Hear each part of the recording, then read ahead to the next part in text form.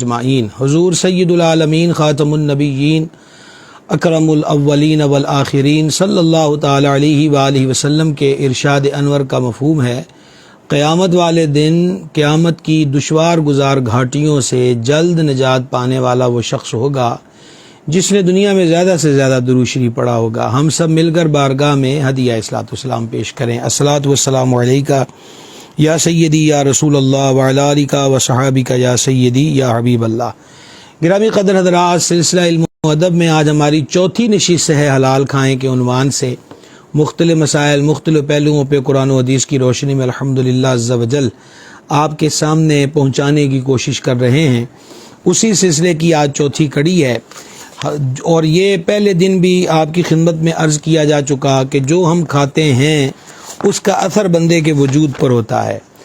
یہ عبادت، ریاضت، بندگی، اللہ تبارک و تعالیٰ کی یاد، فرائض و واجبات کی ادائیگی، قلب و روح کی تسکین، روحانیت اور نورانیت، ان تمام چیزوں کا بنیادی طور پر جو انحصار ہے وہ رزق حلال پر ہے۔ آج ہم گزارش کریں گے اس عنوان پر کہ مختلف قسم کی اجناس کے اندر اوپر کچھ اور رکھا ہو اور نیچے کچھ اور ہو، اوپر اچھی کوالٹی کی اشیاء رکھی گئی ہوں، وہ گندم ہو، وہ چاول ہو، وہ پھلوں میں کھجوریں ہوں، وہ مختلف قسم کی اجناس ہوں، تمام چیزیں، اس کے بارے میں آقا علیہ السلام کی تعلیمات کیا ہے، اسے بھی غور کے ساتھ سماعت فرمائیے گا۔ صحیح مسلم کتاب الایمان کی حدیث ہے، حضور کریم رؤوف الرحیم علیہ الصلوۃ والتسلیم نے فرمایا، جس نے ہم پر اسلحہ اٹھایا وہ ہم میں سے نہیں، اور جس نے ہمیں دھوکہ دیا وہ ہم میں سے نہیں ہے۔ ایک اور حدیث پاک سماعت کیجئے، یہ بھی صحیح مسلم کے اندر ہے کہ جان عالم صلی اللہ تعالی علیہ وآلہ وسلم ایک اناج کے ڈھیر کے پاس سے گزرے تو آقا علیہ السلام نے وہ جو اناج کا ڈھیر تھا اس میں اپنا مبارک دست انور داخل فرمایا تو حضور اقدس علیہ السلام کی مبارک انگلیاں تر ہو گئیں۔ تو آقا علیہ السلام نے ارشاد فرمایا، اے اناج والے یہ کیا ہے؟ اس نے عرض کی، یا رسول اللہ علیہ السلام، اس اناج پر بارش ہوئی تھی۔ تو حضور پر نور صلی اللہ تعالی علیہ وآلہ وسلم نے ارشاد فرمایا، تم نے بھیگے ہوئے اناج کو اوپر کیوں نہ رکھا کہ لوگ دیکھ لیتے، جس نے ہمیں دھوکہ دیا وہ ہم میں سے نہیں ہے۔ آپ نے غور کیا کہ اگر اناج گیلا ہو چکا ہے تو اوپر ڈھیری میں خشک لگا دیا جائے، اناج نیچے لو لیول کا لگا دیا جائے، اوپر اچھی کوالٹی کا لگا دیا جائے، اور اناج پر قیاس کرتے ہوئے تمام چیزیں اس کے اندر داخل ہیں کہ گاہک سے کوئی چیز پوشیدہ نہ ہو، گاہک سے کوئی چیز مخفی نہ ہو، کوئی عیب ہو تو اس عیب کو بتا دیا جائے۔ ام المومنین مخدومۃ المسلمین سرکار سیدتنا خدیجۃ الکبریٰ رضی اللہ تعالی عنہا کا مال تجارت لے کر حضور پر نور صلی اللہ تعالی علیہ وآلہ وسلم جب تشریف لے گئے تو سیدتنا ام المومنین رضی اللہ تعالی عنہا کے غلام نے بیان کیا کہ ہم نے وہاں پر جا کر یہ دیکھا کہ حضور اقدس علیہ الصلوۃ والتسلیم نے جو مختلف قسم کی اجناس تھیں اور ان کی مختلف کیٹیگری تھی، ان کو ایک ڈھیر کے اندر نہیں رکھا بلکہ ان کو مختلف قسموں کو مختلف ڈھیریوں میں منتقل کیا، خام کو الگ، اعلیٰ کوالٹی کو الگ، تاکہ خریدار پر پوشیدہ نہ رہے۔ اور حیرانگی والی بات انہوں نے یہ بتائی کہ کبھی بھی تجارت کے قافلے میں ہمیں اتنا نفع نہ ہوا جتنا نفع اس بار ہوا ہے۔ لہٰذا یہ جو عوامی طور پر ذہنوں کے اندر یہ باتیں ڈھل چکی ہوتی ہیں، کچھ زبان پر لوگوں نے پکا لی ہیں، کچھ اعتقادی کمزوریاں آ گئی ہیں، ان میں سے یہ باتیں کی جاتی ہیں، یہ ایسا چلتا ہے جی، یہ تو بازار کا سسٹم ہے جی، یہ تو آج کے کاروبار کا نظام ہے جی، لو جی سچ بولو تو پوری کیسے پڑتی ہے جی۔ یہ ساری باتیں جب کوئی مسلمان زبان سے کہہ رہا ہوتا ہے تو سخت افسوس اور پریشانی و پشیمانی کا معاملہ ہوتا ہے۔ اس کی وجہ یہ ہے کہ اللہ اور اس کے رسول جل جلالہ علیہ السلام نے ہمیں یہ راہ دے دی ہے کہ خیر کا راستہ کون سا ہے، شر کا راستہ کون سا ہے، برکت کس چیز کے اندر ہے، بے برکتی کس چیز کے اندر ہے۔ لہذا جو سچائی ہے، جو صداقت ہے، جو دیانت ہے، اس میں اللہ کریم نے برکت رکھی ہوئی ہے۔ یہ کیسے ہو سکتا ہے کہ ہم اس کو اختیار کریں تو ہمیں برکت حاصل نہ ہو؟ لہٰذا ایسی باتوں سے توبہ بھی کرنا چاہیے اور ایسے نظریے کو یکسر دل و دماغ سے نکال دینا چاہیے۔ ایک اور حدیث پاک سماعت کیجئے، نبی کریم علیہ السلام کا ارشاد انور جو جامع ترمذی کے بیوع والے باب میں ہے، فرمایا جس نے ملاوٹ کی وہ ہم میں سے نہیں ہے۔ دودھ کے اندر ملاوٹ کی جو بات ہے، آگے بھی کچھ روایات اس ضمن کے اندر آئیں گی۔ دیکھیے، جیسے مثال کے طور پہ گرمی کا موسم ہے، گوالے یہ کہتے ہیں کہ اس میں برف نہ ڈالی جائے تو دودھ کی خرابی کا اندیشہ ہے۔ اچھا، بعض لوگ اس میں ڈٹائی کے ساتھ پانی بھی ڈالتے ہیں۔ اب دکاندار کو کیا کرنا چاہیے؟ یعنی اس کے علم میں ہے کہ میں جو دودھ فروخت کر رہا ہوں وہ خالص نہیں ہے، اس کے اندر پانی ڈالا گیا ہے، لہٰذا وہ خالص ہے یہ کہہ کر جھوٹ نہ بولے، گاہک پر واضح کر دے۔ ویسے تو دودھ کی کیفیت بھی سمجھدار حضرات کو بتا دیتی ہے کہ کیا ہے، لیکن اب بھی دکاندار یعنی بیچنے والے کی ذمہ داری میں سے یہ بات شامل ہے کہ وہ واضح طور پہ بتا دے کہ اس میں پانی ڈالا گیا ہے یا اس میں برف ڈالی گئی ہے تو اس کے اثرات اس کے اندر موجود ہیں۔ اب وہ اس کو خالص کہہ کر ہرگز فروخت نہ کرے۔ گاہک پر اس کیفیت کو بیان کر دیا اور گاہک اب خریدنے پر رضامند ہے تو بالکل اس کی یہ خرید و فروخت درست ہوگی اور آمدن حلال ہوگی۔ اسی طرح ایک اور حدیث پاک سماعت کیجئے، یہ سنن ابی داؤد کے اندر موجود ہے کہ نبی پاک صلی اللہ تعالی علیہ وآلہ وسلم ایک شخص کے قریب سے گزرے تو فرمایا کیا بیچ رہے ہو اور کیسے بیچ رہے ہو؟ انہوں نے عرض کیا کہ اللہ تعالیٰ نے آپ کی طرف جو وحی بھیجی ہے ہم اس کے مطابق یعنی جو احکام شرع ہیں اس کے مطابق حضور خرید و فروخت کر رہے ہیں۔ تو نبی پاک صلی اللہ تعالی علیہ وسلم نے وہ جو چیز بیچ رہا تھا اس میں مبارک ہاتھ ڈالا تو آقا علیہ الصلاۃ والسلام نے اس کے اندر تری پائی تو ارشاد فرمایا جو ملاوٹ کرے وہ ہم میں سے نہیں ہے۔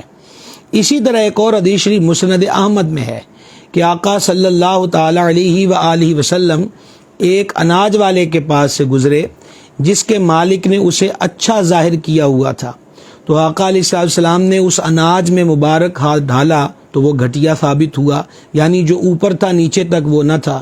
تو سرکار علیہ السلام نے فرمایا یہ علیحدہ بیچ اور وہ علیحدہ بیچ، جس نے ہمیں دھوکہ دیا وہ ہم میں سے نہیں ہے۔ اوپر اچھی چیز کو لگا دینے کا مقصد یہی ہے کہ دیکھنے والا یقین کر لے کہ سارے کا سارا مال ایسا ہی ہے، جبکہ حقیقت اس کے برعکس ہے۔ تو اس معاملے میں حضور علیہ السلام نے جو تعلیم دی وہ آپ نے حدیث سن لی کہ دونوں کیٹاگریوں کو الگ الگ رکھ کر فروخت کیا جائے، جو دھوکہ دے وہ ہم میں سے نہیں ہے۔ اسی طریقہ کے ساتھ ایک اور حدیث شریف کہ نبی مکرم صلی اللہ تعالی علیہ وآلہ وسلم ایک اناج والے کے پاس سے گزرے۔ اس حدیث کو امام طبرانی نے معجم کبیر میں نقل کیا تو آقا علیہ السلام نے فرمایا اے غلے کے مالک، کیا نیچے والا اناج اوپر والے اناج جیسا ہی ہے؟ اس نے عرض کی یا رسول اللہ علیہ الصلوۃ والسلام بالکل ایسا ہی ہے۔ تو حضور پر نور علیہ السلام نے فرمایا یاد رکھنا جس نے مسلمانوں کو دھوکہ دیا وہ ہم میں سے نہیں ہے۔ اب یہ حدیث سماعت کیجئے جو امام بہقی نے شعب الایمان کے اندر نقل کی۔ حضرت ابو ہریرہ رضی اللہ تعالی عنہ ایک مرتبہ ایک کچی کھائی کے کنارے سے گزر رہے تھے تو دیکھا کہ ایک آدمی دودھ بیچ رہا ہے۔ حضرت ابو ہریرہ رضی اللہ تعالی عنہ نے اسے دیکھا تو کیا دیکھتے ہیں کہ اس دودھ کے اندر پانی ملا ہوا ہے۔ آپ رضی اللہ تعالی عنہ نے اس سے فرمایا اس وقت تیرا کیا حال ہوگا جب قیامت کے دن تجھے کہا جائے گا کہ دودھ سے پانی علیحدہ کر، اور یہ کرنا بندے کے بس کی بات نہیں ہوگی۔ اور اسی طریقہ کے ساتھ شعب الایمان میں ہی امام بہقی رحمہ اللہ نے یہ حدیث لکھی کہ شفیع اعظم نور مجسم صلی اللہ تعالی علیہ وآلہ وسلم نے فرمایا بیچنے کے لیے جو دودھ ہو اس میں پانی نہ ملاؤ۔ اچھا، بیچنے کے لیے جو اس میں پانی نہ ملاؤ، تو بیچنے کی جو یہاں قید ہے اس سے مراد کیا ہوئی؟ ظاہری بات ہے کہ جو دکاندار بیچے گا خریدار کو گمان یہی ہے کہ یہ دودھ خالص ہے۔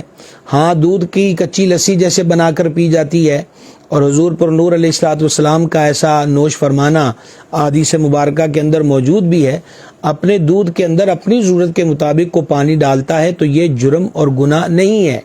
جیسے بعض لوگ خالص دودھ کی چائے نہیں پی سکتے، وہ پانی والی چائے پیتے ہیں کہ پانی کا قہوہ بنا کر پھر اس میں کچھ مقدار میں دودھ ڈال لیتے ہیں، تو یہ مراد نہیں ہے کہ گھریلو جو بندہ دودھ کو استعمال کرتا ہے وہ اس کے اندر پانی نہیں ڈال سکتا، ایسی بات نہیں ہے۔ ہاں، جب بیچنے کی بات آئے تو خالص چیز بیچی جائے، اور اگر اپنے پاس خالص نہیں ہے تو خریدار پہ واضح کر دیا جائے کہ یہ 100% دودھ خالص نہیں، اتنے فیصد پانی موجود ہے اور میرا ریٹ یہی ہے، میں اسی ریٹ پر دودھ کو فروخت کروں گا۔ ایک اور حدیث مبارکہ سماعت فرمائیے گا کہ مصطفیٰ جان رحمت شفیع امت صلی اللہ تعالی علیہ وآلہ وسلم نے ارشاد فرمایا۔ اس حدیث کو امام منذری نے الترغیب و ترہیب میں نقل کیا کہ فرمایا مومن ایک دوسرے کے لیے خیر خواہ ہیں اور ایک دوسرے سے محبت کرتے ہیں، اگرچہ ان کے گھر اور بدن دور ہوں۔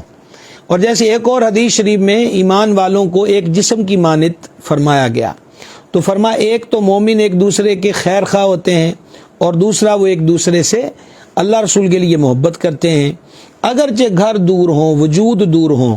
اور فرما فاسق لوگ، برے لوگ ایک دوسرے کو دھوکہ دینے والے اور خیانت کرنے والے ہیں، اگرچہ ان کے گھر اور بدن قریب ہی ہوں۔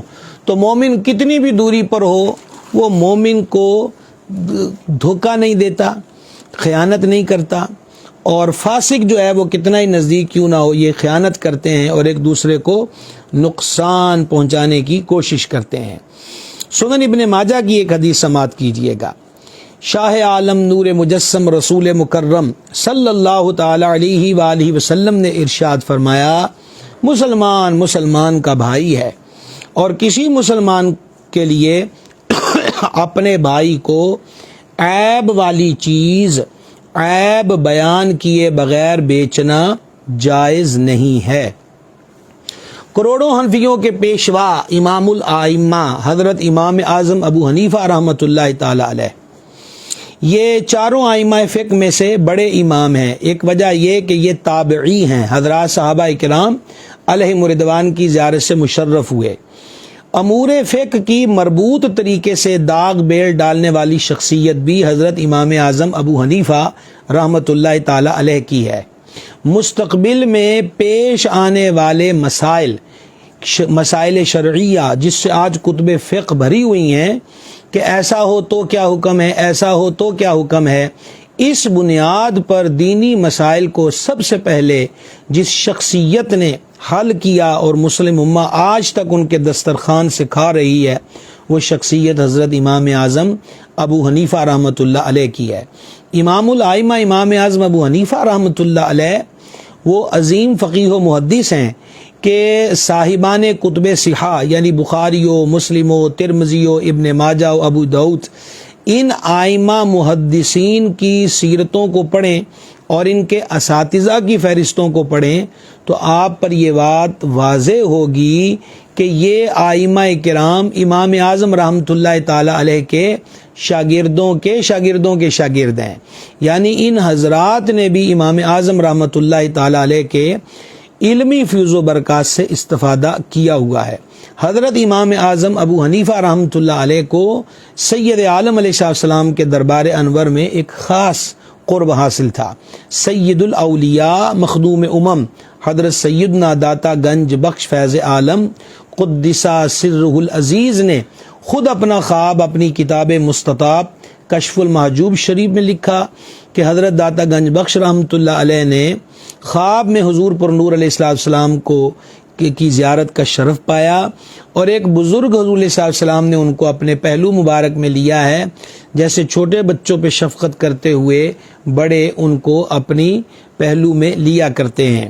تو حضرت داتا صاحب علیہ رحمت فرماتے ہیں کہ یہ دیکھ کر میرے دل میں خیال پیدا ہوا کہ یہ کون بختور ہے کہ جس پہ حضور اس قدر مشفق ہیں اور انہیں حضور علیہ السلام کا اتنا قرب حاصل ہے۔ تو فرمایا خواب ہی میں میرے دل کے سوال پر مطلع ہو کر اللہ کے محبوب دانائے غیوب صلی اللہ تعالی علیہ وآلہ وسلم نے ارشاد فرمایا کہ یہ تیرا اور اس امت کا امام ابو حنیفہ ہے۔ تو وہ امام اعظم رحمۃ اللہ علیہ یہ بہت بڑے تاجر تھے۔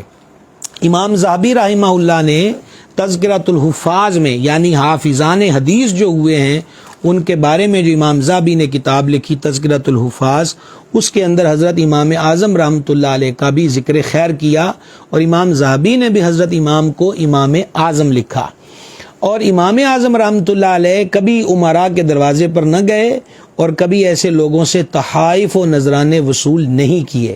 حضرت امام اعظم رحمۃ اللہ علیہ کپڑے کی تجارت کرتے تھے۔ ایک واقعہ کل آپ ان کا سن چکے ہیں۔ تو آپ نے مال رکھے ہوئے تھے، ورکر، نمائندے، نوکر، جو آپ کے مال کو مختلف مارکیٹوں میں، منڈیوں میں فروخت کرتے تھے۔ ایک مرتبہ کچھ کپڑوں کے تھان ان ورکروں کے حوالے کرتے ہوئے ایک تھان پر توجہ دلاتے ہوئے فرمایا کہ اس کپڑے کے تھان میں عیب ہے، اور اگر کوئی اس کو خریدے تو خریدار پر اس عیب کو واضح کر دیا جائے۔ چنانچہ وہ مال بیچ کر آئے، سیل اچھی ہو گئی، بچت بھی اچھی ہوئی۔ حضرت امام صاحب علیہ رحمت کو وہ حساب دینے لگے تو آپ نے پہلا سوال پوچھا کہ وہ تھان بک گیا؟ عرض کی جی ہاں۔ فرمایا گاہک کو اس تھان کا عیب بتا دیا تھا؟ کہا وہ ہمارے ذہن سے نکل گیا۔ فرمایا یہ کل مال جو تم لے کر آئے ہو نا، اس میں سے ہم ایک پائی بھی نہیں لیں گے، یہ سارا مال اللہ کی راہ میں صدقہ کر دیا جائے۔ یہ وہ لوگ ہیں جن کا بھروسہ اللہ کی ذات پر تھا اور جو رزق حلال کے متمنی تھے۔ اور دیکھ لیجئے کہ صدیاں بیت گئیں، ہمارے خونی رشتے ان حضرات سے نہیں ہیں، پر ان کے تذکرے آج بھی مسلمانوں کی زبان پر ہیں اور ان کی منقبتیں چہار دانگ عالم میں پڑھی جاتی ہیں۔ تو گرامی قدر حضرات، یہ حضور اقدس علیہ السلام کی تعلیمات ہیں کہ جس نے اس پر عمل کیا وہ دونوں جہانوں میں نجات بھی پا گیا اور خیر بھی پا گیا۔ ایک اور حدیث شریف سماعت کیجئے۔ نبی مکرم شفیع اعظم صلی اللہ تعالی علیہ وآلہ وسلم نے ارشاد فرمایا کہ اللہ تعالیٰ فرماتا ہے مجھے اپنے بندے کی عبادت میں سب سے زیادہ پسند میرے لیے خیر خواہی کرنا ہے۔ اور اسی طریقہ کے ساتھ معجم صغیر کے اندر امام طبرانی نے اس حدیث پاک کو لکھا کہ جو مسلمانوں کے معاملے کو اہمیت نہیں دیتا وہ ان میں سے نہیں، اور جو صبح و شام اللہ اور اس کے رسول جل جلالہ علیہ الصلوۃ والسلام، اس کی کتاب قرآن پاک، اس کے امام اور عام مسلمانوں کے لیے خیر خواہی نہیں کرتا، وہ بھی ان میں سے نہیں، یعنی مسلمانوں کے طریقے پر نہیں ہے۔ اور اسی طرح صحیح بخاری کتاب الایمان کے اندر حدیث شریف ہے کہ تم میں سے کوئی اس وقت تک مومن نہیں ہو سکتا جب تک کہ وہ اپنے بھائی کے لیے بھی وہی چیز پسند نہ کرے جو اپنے لیے پسند کرتا ہے۔ اور صحیح ابن حبان کے اندر حدیث شریف ہے کہ بندہ ایمان کی حقیقت کو اس وقت تک نہیں پا سکتا جب تک کہ لوگوں کے لیے بھی وہی چیز پسند نہ کرے جو اپنے لیے پسند کرتا ہے۔ تو ہم میں سے کون ہے جو یہ چیز پسند کرتا ہو کہ ہمیں اصل مال کی رقم دے کر 2 نمبر چیز مل جائے؟ ہم میں سے کون ہے جو پسند کرتا ہے کہ ہمیں ملاوٹ شدہ چیز مل جائے؟ ہم میں سے کون ہے جو اس اپنے نقصان اور خسارے کو پسند کرتا ہو؟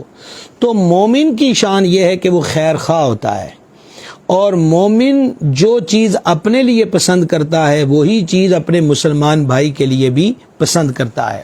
خلیفہ اعلیٰ حضرت سیدی ضیاء الدین مدنی رحمۃ اللہ علیہ، جنہیں قطب مدینہ کہا جاتا ہے، وہ جب مدینہ منورہ میں حاضر ہوئے، وہیں اقامت تھی، وہیں وصال فرمایا، اپنے اس ابتدائی دور کا، اور یہ سلطنت عثمانیہ کا دور اس وقت آخری ہچکیاں لے رہا تھا، یہ اس دور کی بات ہے کہ فرماتے ہیں کہ مدینہ شریف میں میں نے یہ منظر دیکھا کہ ایک گاہک ایک کپڑے والے کے پاس گیا، اس کی ڈیمانڈ بھی بہت زیادہ تھی، جو چیز اس کو چاہیے تھی، تو دکاندار نے اس گاہک سے کہا کہ آپ جتنا کپڑا مجھ سے مانگ رہے ہیں وہ میرے پاس موجود ہے، لیکن میں آپ کو ایک صلاح دینا چاہتا ہوں کہ میری صبح سے اچھی سیل ہو گئی ہے، میرے سامنے والا دکان والا جو میرا مسلمان بھائی ہے آج اس کی دکان پر گاہک نہیں آیا، لہٰذا آپ یہ کپڑا اس سے لے لیجئے تاکہ اس کی بھی بکری اچھی ہو جائے۔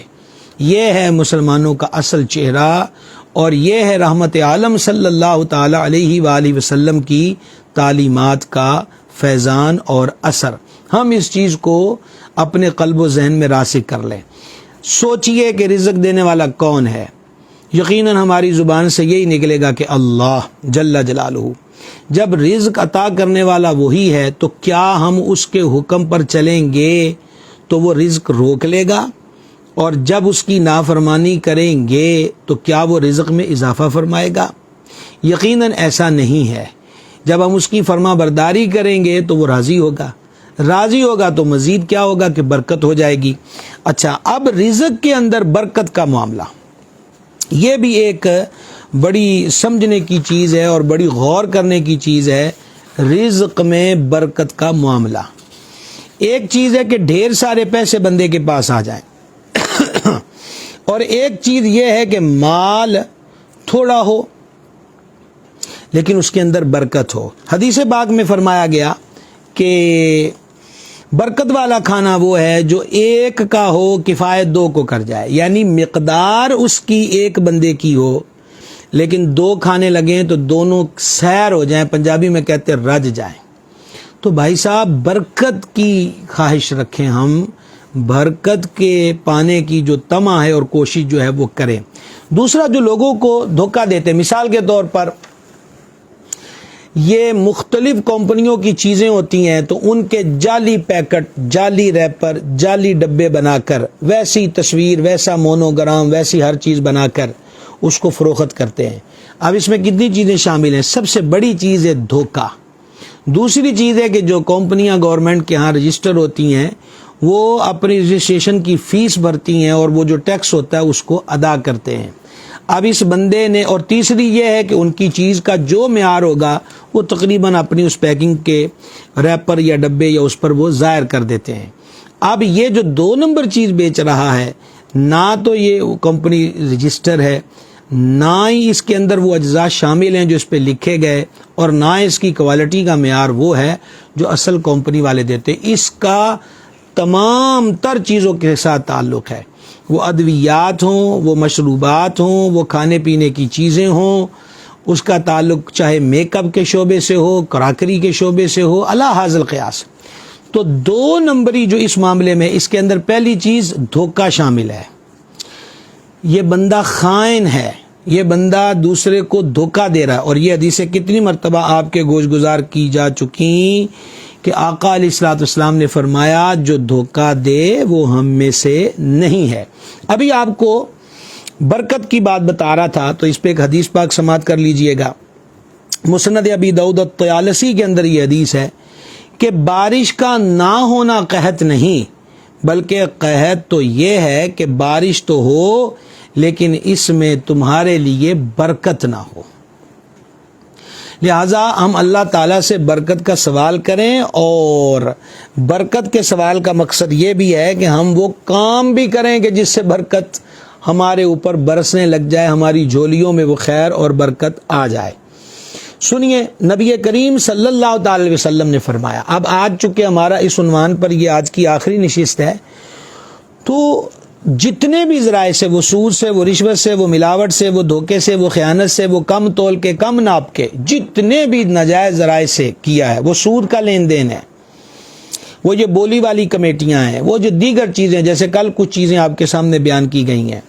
اب رزلٹ کیا ہے کہ وہ چیز حرام کی ہے اور وہ پیٹ کے اندر جا رہی ہے۔ حدیث سن لیجئے، ارشاد فرمایا، بے شک بندہ اپنے پیٹ میں حرام کا ایک لقمہ ڈالتا ہے تو اللہ عز و جل اس کا 40 دن کا عمل قبول نہیں کرتا، اور جس بندے کا گوشت حرام سے پلے بڑھے گا آگ اس کے لیے زیادہ بہتر ہے۔ اور اسی طرح ایک حدیث پاک میں فرمایا کہ بے شک اللہ عز و جل اس بات سے بلند و برتر ہے کہ وہ بندے کا کوئی عمل یا نماز قبول کرے جب کہ اس پر حرام کا لباس ہو۔ اور اسی طرح مسند احمد کے اندر حدیث شریف ہے کہ فرمایا جس نے 10 درہم کا ایک کپڑا خریدا جن میں 1 درہم حرام کا ہے، 9 درہم حلال کے ہیں، تو جب تک وہ کپڑا اس پر رہے گا اللہ عز و جل اس کی نماز قبول نہیں کرے گا۔ اللہ اکبر کبیرہ۔ اور اسی طرح مسند احمد کے اندر یہ حدیث شریف ہے، سرکار ابد قرار شافع روز شمار صلی اللہ تعالی علیہ وآلہ وسلم نے ارشاد فرمایا اللہ تعالی جس سے محبت کرتا ہے اسے بھی دنیا عطا کرتا ہے، اور جس سے محبت نہیں کرتا اسے بھی دنیا دیتا ہے، لیکن دین صرف اسے دیتا ہے جس سے اللہ محبت کرتا ہے، اور جسے اللہ عز و جل نے دین عطا کیا پس اس سے محبت کی، اور اس ذات کی قسم جس کے قبضہ قدرت میں میری جان ہے، کوئی بندہ اس وقت تک مومن نہیں ہو سکتا جب تک کہ اس کا پڑوسی اس کے شر سے محفوظ نہ ہو جائے۔ اور یہاں لفظ استعمال ہوا بوائق، تو صحابہ کرام علیہ مردوان نے عرض کیا حضور یہ بوائق کیا ہے؟ فرمایا اس کا دھوکہ اور ظلم۔ تو گرامی قدر حضرات آپ نے غور کر لیا، حرام کھایا، حرام پہنا، نمازیں قبول نہیں ہو رہی اور اس کی نیکیوں کو قبول نہیں کیا جا رہا، تو آپ اندازہ کیجئے کہ جب نمازیں قبول نہیں، ذکر اذکار قبول نہیں، وہ حج عمرے بھی ہو رہے ہیں، باقی امور بھی ہو رہے ہیں، لیکن آمدن حرام کی ہے، روحانیت کدھر سے آئے گی؟ من کی دنیا میں نور کدھر سے آئے گا؟ قلب و ذہن کو سکینہ کہاں سے میسر ہوگا؟ نبی کریم رؤوف الرحیم شفیع اعظم صلی اللہ تعالی علیہ وآلہ وسلم کی ذات پاک آپ کے ارشادات میں سے ہے، ارشاد فرمایا، اور یہ حدیث مسند احمد کے اندر ہے کہ کسی کے لیے عیب بیان کیے بغیر کوئی چیز بیچنا جائز نہیں، اور جو عیب جانتا ہو اس کے لیے عیوب بیان نہ کرنا یہ بھی جائز نہیں ہے۔ اور فرمایا یہ سنن ابن ماجہ کی حدیث ہے، جس نے عیب والی چیز بیچی اور عیب بیان نہ کیا وہ ہمیشہ اللہ کی ناراضگی میں رہتا ہے، یا فرشتے ہمیشہ اس پہ لعنت بھیجتے رہتے ہیں۔ عمل قبول نہیں ہو رہے، اللہ تعالیٰ اس سے ناراض ہے، اور رحمت کی بجائے لعنت اس پہ برس رہی ہے، تو خود غور کیجئے کہ خیر کدھر سے آئے گی۔ نبی مکرم صلی اللہ تعالی علیہ وآلہ وسلم نے ارشاد فرمایا، یہ صحیح مسلم کے اندر حدیث ہے، بے شک جہنمیوں میں وہ آدمی بھی شامل ہے جو صبح شام تیرے اہل یا مال میں تجھ سے دھوکہ کرتا ہے۔ تو نہ دھوکے کی اجازت، نہ ظلم کی اجازت، نہ خیانت کی اجازت، نہ کم تولنے کی اجازت، اور نہ ہی کم ناپنے کی اجازت ہے۔ اس لیے ہم 100% کوشش کر کے اپنے مالوں کو پاک کرنے کی طرف قدم بڑھائیں، اور یہ دنیا کے ترنے والے جو ہمیں شروع میں بہت اچھے لگ رہے ہیں بھائی صاحب، ان سے اپنے آپ کو بچائیے۔ اور اس معاملے میں تو وہ کیا کہتے ہیں، حضرت سیدنا بابا فرید الدین گنج شکر رحمت اللہ تعالی علیہ، آپ کا فرمان کافی ہے کہ انہوں نے کہا تھا کہ رکھی سکھی کھا فریدا تے ٹھنڈا پانی پی، ویخ پرائی چوپڑی نہ ترسائیے جی۔ تو رکھی سکھی پہ گزارا کر لیا جائے، قیامت والے دن پھر یہ بھرنا بڑا مشکل ہو جائے گا۔ معاشرے کے جو ناجائز امور ہیں اس میں سے بہت سارے ہم کچھ ذکر کر چکے ہیں، آج بھی چند اینڈ پر بیان کرنے کی کوشش کر رہے ہیں۔ بعض کمپنیاں وہ گورنمنٹ کی ہوں یا پرائیویٹ ہوں اپنے ملازمین کو میڈیکل الاؤنس دیتی ہیں، اور یہاں پر ملازمین یہ کرتے ہیں کہ وہ جعلی میڈیکل بنوا کر کمپنی سے الاؤنس لیتے ہیں، اور پھر وہ الاؤنس یا وہ کمپنی دوائیاں دیتی ہے تو انہیں پھر آگے فروخت کر دیتے ہیں۔ اب اس کے بارے میں حکم شرع کیا ہے؟ سیدھی سی بات ہے کہ یہ ناحق طریقے سے مال لیا گیا ہے جو کہ جائز نہیں ہے۔ بندہ مریض ہے نہیں، اپنے آپ کو مریض ظاہر کر رہا ہے، جعلی بل بنوا رہا ہے، اس میں خیانت بھی ہے اور اس کے اندر دھوکہ بھی ہے، اور یہ دونوں حرام و گناہ ہیں۔ تو اگر کمپنی کے اصول کے مطابق بندے نے جائز طریقے سے دوائی لی اور وہ دوا استعمال کر رہا تھا کہ بندہ ٹھیک ہو گیا، تو اب وہ جو باقی ٹیبلٹ وغیرہ کوئی انجیکشن وغیرہ بچ گئے ہیں تو چونکہ اس کو الاؤنس میں سے ملے ہیں تو اب وہ کمپنی کو واپس کرنا ضروری نہیں، کیونکہ جب اس کو مال ملا تھا تو وہ اس کی ملکیت ہو چکا۔ اس معاملے کے اندر اس پر کوئی ایسا حکم نہیں ہے کہ یہ وہ ان گولیوں کے پتوں کو واپس کرے گا، لیکن جعلی میڈیکل بنوا کر میڈیکل الاؤنس لینا یہ جائز نہیں۔ اور اسی کے اندر سفری معاملات بھی شامل ہوں گے کہ بعض لوگوں کو سفری معاملات کے اندر بھی یہ سہولتیں دی جاتی، یہ بھی کسی طریقے سے اس کے لیے جائز اور درست ہمارے اس دور کے اندر، اس ماحول کے اندر جو اختیار کیے جاتے ہیں۔ ان میں سے ایک معاملہ یہ ہے کہ ٹیکس عائد ہوتا ہے، کوئی چیز کسی دکان وغیرہ سے خریدی جاتی ہے تو اگر بل زیادہ ہوگا تو ٹیکس زیادہ ہوگا، تو لوگ کیا کرتے ہیں، وہ دکاندار سے کہہ کر بل کم بنوا لیتے ہیں تاکہ زیادہ ٹیکس نہ دینا پڑے۔ اچھا، اب مثال کے طور پر وہ ڈیل ہوئی ہے 20,000 کی اور بل بنوایا ہے 10,000 کا، تو اب کیا یہ جو 20,000 کی ڈیل ہوئی تھی یعنی سامان خریدا تھا اور بل بنایا ہے 10,000 کا، تو اس کا فتویٰ آپ کہیں سے نہ بھی لینے جائیں تو دل والے مفتی سے پوچھ لیا جائے کہ 20,000 کی چیز لے کے 10,000 کی لکھی تو وہ لکھنا سچ ہے کہ جھوٹ ہے، تو سیدھی سی بات ہے وہ جھوٹ ہے اور یہ گناہ کا کام ہے۔ لہٰذا ایسا کام کہ جس میں جھوٹ کا سہارا لیا گیا ہے اور مزید اس کے اندر دھوکہ بھی اس کے اندر موجود ہے، یہ شرعی طور پر جائز نہیں ہے۔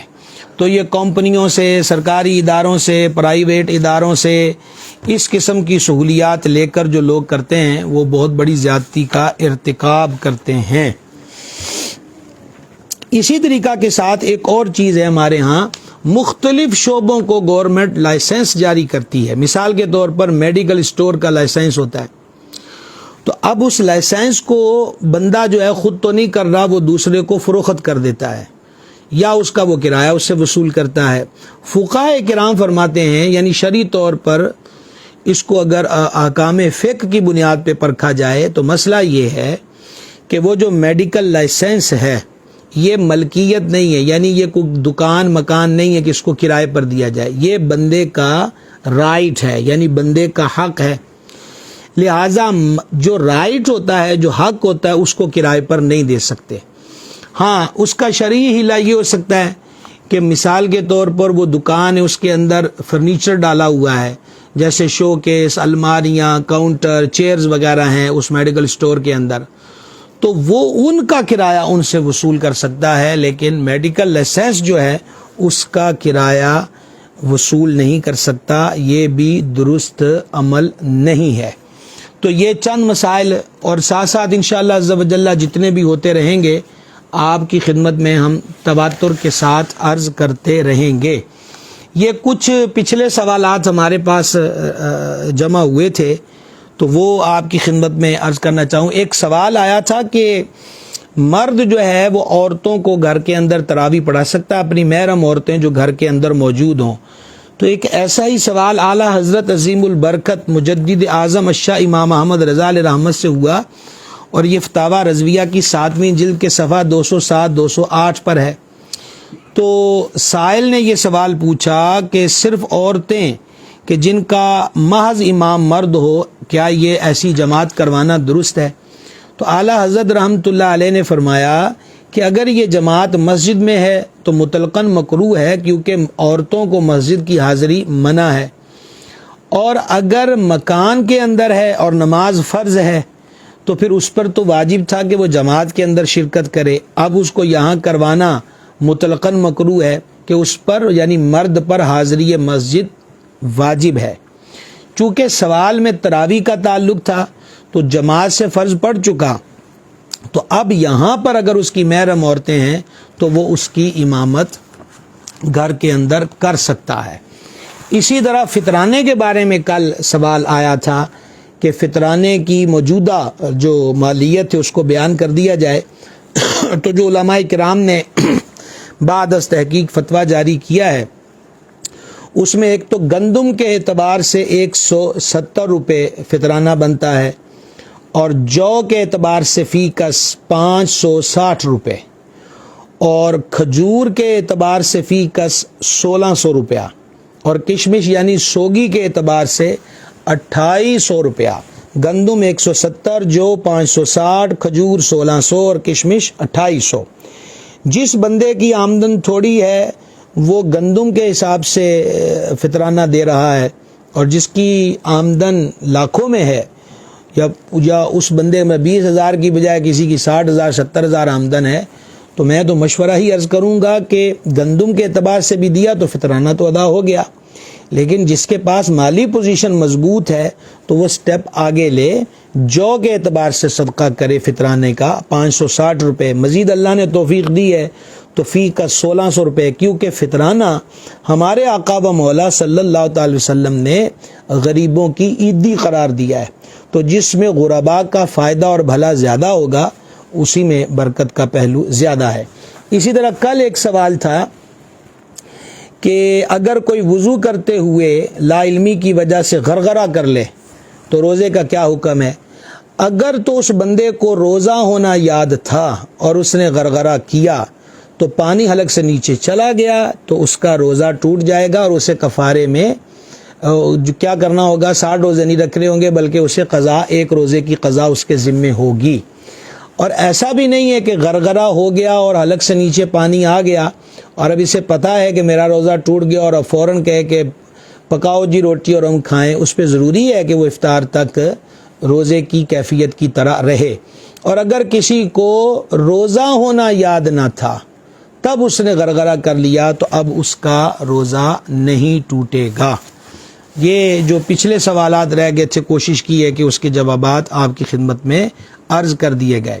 کل ہمارا موضوع چونکہ 10 رمضان المبارک ہے، اور 10 رمضان المبارک ام المومنین مخدومۃ المسلمین ہمارے آقا و مولا علیہ الصلوۃ والسلام کے حرم اقدس کی سب سے پہلے رونق بننے والی مومنوں کی پاک اور مقدس ماں، حسنین کریمین طیبین طاہرین کی نانی جان، آقا علیہ الصلوۃ والسلام کی چاروں حقیقی بیٹیوں کی والدہ ماجدہ سیدتنا خدیجۃ الکبریٰ رضی اللہ تعالی عنہا و سلام اللہ تعالی علیہا. انشاءاللہ عز و جل ان کے ذکر پاک کی برکت کا